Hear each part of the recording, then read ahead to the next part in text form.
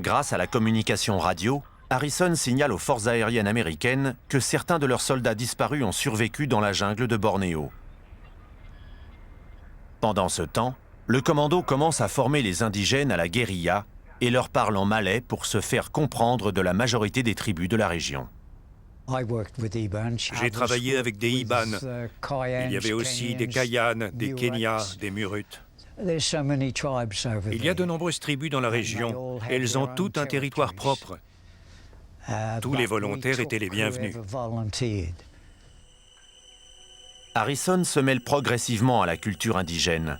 Ils marchent pieds nus et portent leurs vêtements.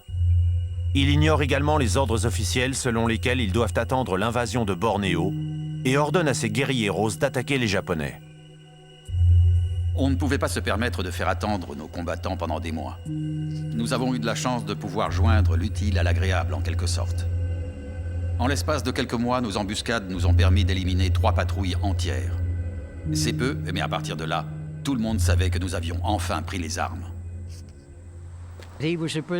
C'était un dirigeant brillant. Il nous a laissé faire la guerre comme on le voulait. Si tant est qu'il y ait des règles dans les guérillas, Harrison est sur le point de les outrepasser encore davantage. Afin de tirer profit de l'artisanat local, il persuade les indigènes de se servir de leur arme de chasse traditionnelle contre les Japonais, la sarbacane. J'étais avec 2 indigènes et on guettait l'ennemi quand l'un d'eux m'a dit « Avec ton Senapang Tuan, le fusil, si tu touches quelqu'un, il ne meurt pas forcément. Tandis qu'avec une de mes pointes empoisonnées, même si je lui touche le petit doigt, il est mort. » On pouvait se cacher dans la jungle à 5 mètres d'un chemin et personne ne nous voyait. La jungle était si dense que tout ce qui dépassait, c'était cette pointe. Bon, prêt, Jack? Oui.